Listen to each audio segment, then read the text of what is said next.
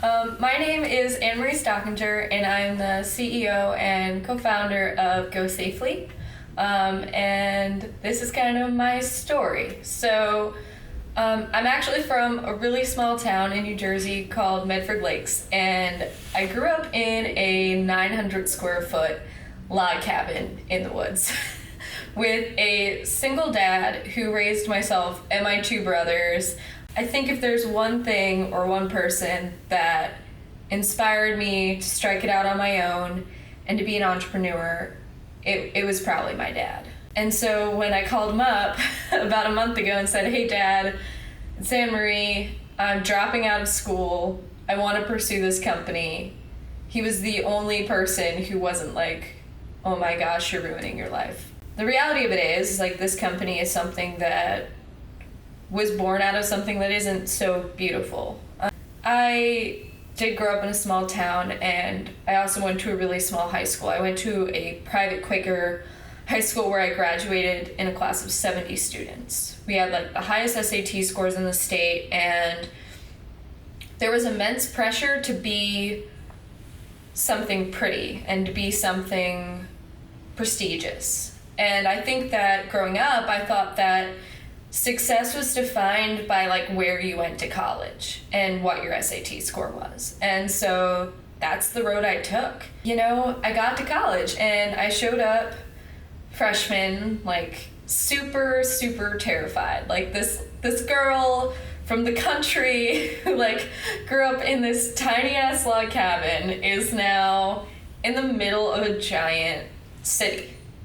I didn't know what you were supposed to do when you lived in a city, and no one in my family could give me advice in terms of like, this is what's safe, this is what's okay, like this is what you should do if you go out, because they never experienced any of that. Second semester basically changed the trajectory of my whole entire life.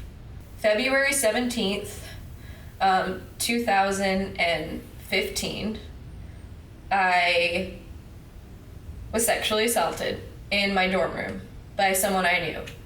Someone I knew that I thought I knew pretty damn well. It's something that I think honestly changed the fabric of like the person I am. I think coming from such a humble background of sort of farmy type people and that didn't really prepare me for what it would be like to have to make some of the decisions I had to make. This was a little bit before rape and sexual assault became a real political issue that people were talking about. There was no real reconciliation in terms of legality in my situation. I remember more clearly than anything else going to the courthouse, and we had filed all this paperwork. We had filed the more normal stuff, the like restraining orders and protection from abuse orders, and then we also ended up filing to have charges filed. I walk into this like huge courtroom, and there's two DAs, and they tell me that they actually work with child molestation cases. And so right away I'm kind of confused. I'm like, well, shouldn't there be like some sort of special victims person? I mean, I had no clue. What I knew about the legal system I learned from like Law and Order. One of the main DAs was a man, and he looks me square in the eye and he says, "I don't think you'd be a very good witness. I don't think you'd be up for giving a very good testimony. And I think that it's best that we just let this go and you just move on with your life." That moment was the moment I think I realized that sometimes life is just kind of sucky. I'd always trusted in the good of people, and I think that kind of killed it for a while. And it was about 3 weeks before finals. I was taking 18 credits of math and science, and it just didn't seem possible. I was, for all intents and purposes, just kind of like catatonic. And I walked into the dean's office, and they started giving me options. They were like, "This is plan one. You stay here, you drop all but one class, you finish, you come back after summer and keep going. There's nothing we can do about the person that did this to you. We can't violate their rights. And so option 2 was you can leave, you withdraw from all your classes, and you forfeit all the credits and get your money back. And I didn't call anyone. I didn't ask anyone if it was okay. I just said I'll take option 2. I had gone into a school down south out of high school with a generous scholarship offer. I decided that without reapplying to transfer that I was just gonna wing it and I was just gonna move down there by myself. I've ridden horses competitively most of my life. I put my horse in a trailer, we moved him as well. And I moved to Athens, Georgia with no one, nothing. I had no clue what I was doing. I went into a tech company that I'd heard about, and I went in with my resume. There was nothing on it tech related at all. It was kind of laughable, honestly. I was like mostly vet jobs and miscellaneous, kid high school summer stuff. And I walk in and I was like, I saw you're trying to hire someone to do sales. I've never done sales. I've never sold anything. I don't like talking to people very much, but I've done some customer service. I'm willing to learn. Will you give me a chance? And I got a job making $600 a month with no commission doing software sales. There was nothing more scary than what I had already been through, and I realized that while that was terrible, I slowly started to feel empowered by it. And it went from like, oh my God, this is horrible, to like, I think I'm getting stronger. I worked there, turned out the school I thought I still had a scholarship from, I was 3 credits short to be able to transfer. So I made my way to Atlanta and I enrolled in Georgia State University. The first day I spent back on campus was probably the scariest day of my life.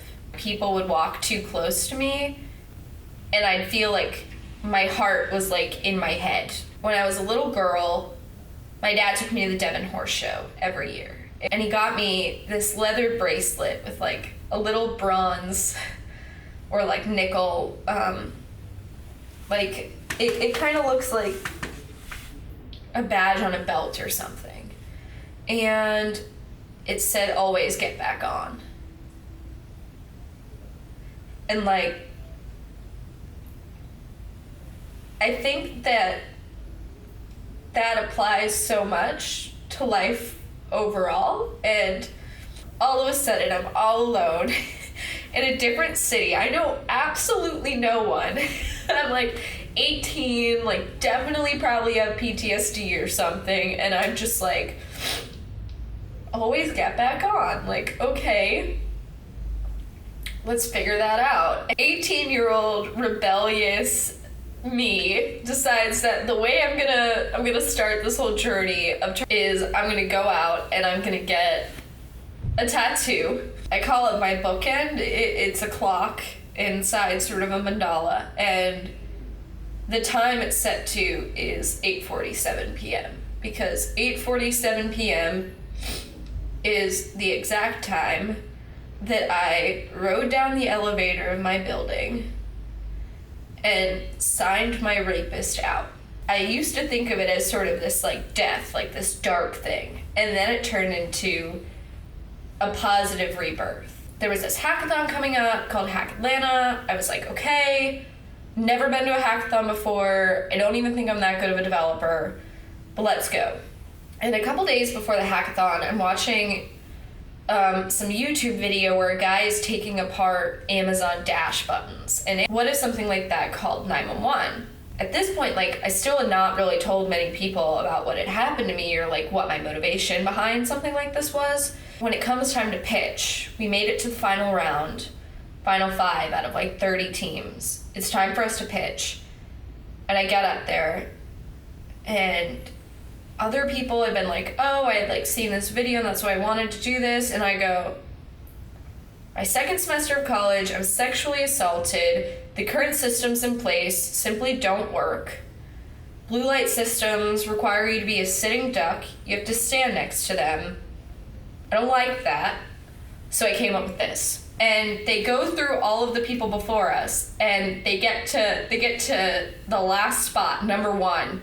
And I'm thinking, okay, there's no way. I might as well just leave now. And I see GoSafely show up on the board, and I just start bawling. And from there, we just kept going, and I ended up getting a provisional patent. We paid for it out of our own pockets and kind of bootstrapped everything.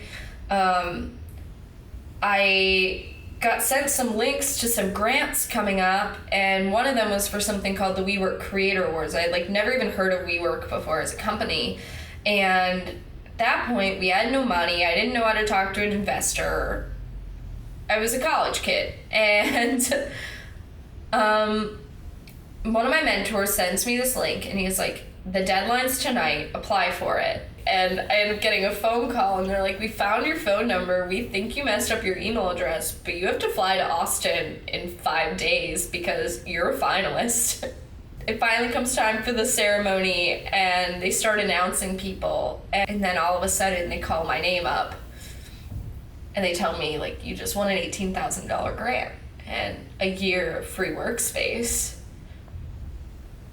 And I texted my family that night, and I said, can I drop out now?